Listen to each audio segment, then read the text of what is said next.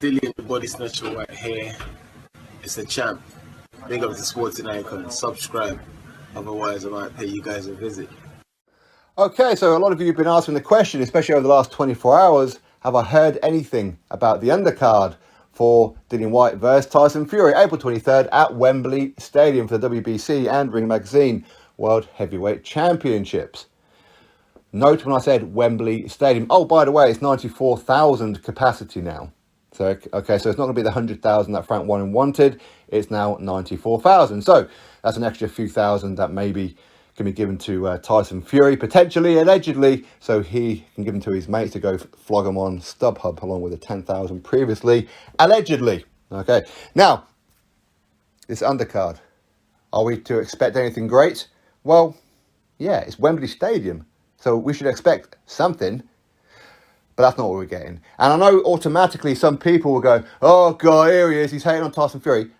Fuck off. You can't justify this undercard. I'm sorry, but you can't. I'd love to be able to, but you can't. I'll show you what the undercard is. Isaac Lowe, Tyson Fury's baggage handler, the angry little dwarf, taking on a guy called Nick Bull. Looks very good. Nick Bull, 14-0. You go, ooh, that's not bad. It took only 2-3 fights ago, he was fighting a guy with 72 losses, man. What are you on about? Yes, it looks good, 14-0. But that's a bit of a theme on this card. Trying to con the public with the away fighters, with their records. The records look pretty good. But if you scratch the surface just a little bit, as most of us know how to do, you'll see. There's a reason why they have very good records. Anthony Caceres, I think he's a very good fighter. I do like him. He's going to take on a guy called Jonathan Romero from Colombia. 34 wins and only 1 defeat. Ooh, that looks pretty good. He's been taking on bin men his entire career. His entire career. Bin men. 50-odd losses, 40-odd losses, 30-odd losses, 20-odd losses. That's his entire career. So is that a good fight for Anthony Caceres? No. Why can't he fight someone like, I don't know, Archie Sharp or something? I mean, isn't that an in-house fight? Like Isaac Lowe, for example. Why couldn't he fight Jonathan Gill? Wasn't an offer even put out there? David Adeleye, 8-0. Prospect, of course, it should be 7-1. I think most of us agree he did lose to Kamil Sokolowski, but hey, what can you do? Officially, he's 8-0. He's going to take on Chris Healy.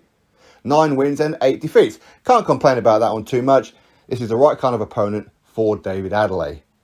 Okay, yes, they want to wrap him up a little bit because he did get exposed quite a lot by Kamil Sokolowski, but still, there's no shame in struggling with Kamil Sokolowski. He's actually a very, very tough guy.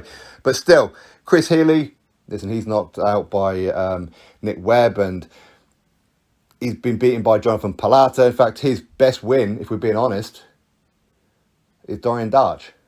9 wins and 8 defeats. Chris Healy. That is David Adelaye's opponent. Are you excited? I can't wait. Tommy Fury, Tyson Fury's younger brother, 7-0. Again, a prospect. It says light heavyweight. We know it's going to be cruiserweight. It's going to be taking on Daniel Bukianski. 10 wins and only 1 defeat. And you go, ooh, that's pretty good. Especially for a Tommy Fury fight. Is it? This guy who lost his last fight to a guy who already had 4 losses himself. And before then, the 10 wins that Daniel Bukianski has, again, against bin men. Equally, the same kind of opponents that Tommy Fury's been having previously. But, again, we can't complain too much because these are the kind of fights that someone out of the Tommy Fury level, only 7 fights deep, should be fighting anyway. So we can't complain too much about that. But, again, it's just another one where we go, we know the away fighter's a bin man, but it looks pretty good on BoxRec, doesn't it? And to finish it off, Kurt Walker, 1-0 prospect, will also be on this undercard with no opponent yet announced.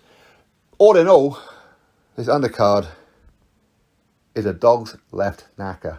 It's no good. It's crap. It's Wembley Stadium. If this had been the O2 Arena, for example, even then I'll probably go, it ain't great. But this is Wembley Stadium. This is the biggest stadium in the United Kingdom. 94,000 people get to watch this in the stadium itself, plus on pay-per-view. Thankfully, the main event sells itself. But listen, okay, I know some people will try and man-defend Tyson Fury, as they always do. Listen, you can't polish a turd, okay? You can't make this out like this is me hating or anything like that. I admit it, it's a absolutely crap undercard. And I know some people say, yeah, but we only buy it for the undercard anyway, which is, well, yeah, it's kind of true. But listen, we're not American. And I mean that with all due respect, United States of America.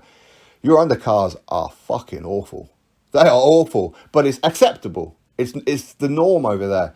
The undercard is just what the undercard is. People only turn up for the main event anyway. That's how it is in America, okay? So you can get away with it there. Over here, people turn up when the doors open. People want to watch a good undercard. Matchroom shows at Wembley Stadium, don't get me wrong, and the Principality Stadium, they've done some not great undercards, but they've done some fucking fantastic undercards. This is the biggest purse bid ever won in boxing, 41 million. And you put on a piece of shit undercard like that? Don't get me wrong, Frank Warren can only work with what he's got. His stable ain't very good, okay? He doesn't have a great stable. But this so far is crap. Hopefully he pulls some out of the bag, because you can have up to, 12 fights on a night. So, I mean, with this one only being 6 so far, there's still room to improve. So you could squeeze in another 6 fights. Hopefully they're good ones. I wouldn't hold your breath though. I wouldn't hold your breath. It's all about the main event, I suppose. Drop your thoughts below, click thumbs up, subscribe. Catch you on the next video.